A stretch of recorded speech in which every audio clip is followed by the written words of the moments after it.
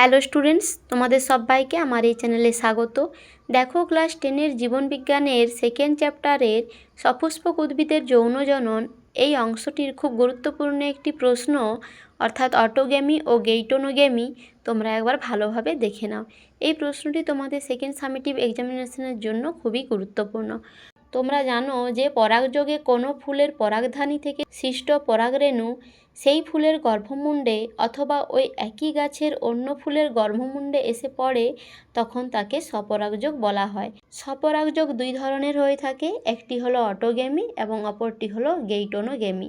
অটোগ্যামিতে মনে রাখবে তোমরা, একটি ফুলের পরাগরেণু সেই একই ফুলের গর্ভমুণ্ডে স্থানান্তরিত হয়, অর্থাৎ এক্ষেত্রে কিন্তু ফুলটি একটি যে ফুলের পরাগরেণু সেই ফুলের গর্ভমুণ্ডেই কিন্তু এসে পড়ে।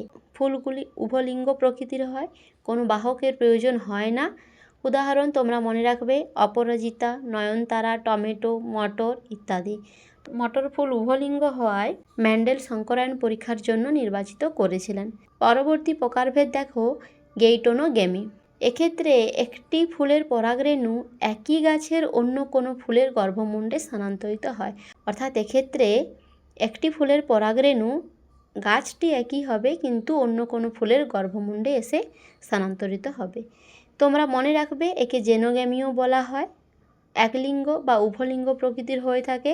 তোমরা মনে রাখবে কুমড়ো সহবাসী উদ্ভিদ, বাহকের প্রয়োজন হয়, উদাহরণ কুমড়ো, লাউ, ভুট্টা ইত্যাদি। এক্ষেত্রে দেখো খুব সুন্দরভাবে ছবিটি তোমাদের দেওয়া আছে, তোমরা একবার দেখে নাও ভালোভাবে। অটোগ্যামির ক্ষেত্রে দেখো সে একই ফুলের পরাগরেণু ওই একই ফুলের গর্ভমুণ্ডে এসে পড়েছে, এবং গেইটোনোগ্যামির ক্ষেত্রে দেখো একই গাছের একটি ফুলের পরাগরেণু অপর একটি ফুলের গর্ভমুণ্ডে এসে পড়েছে।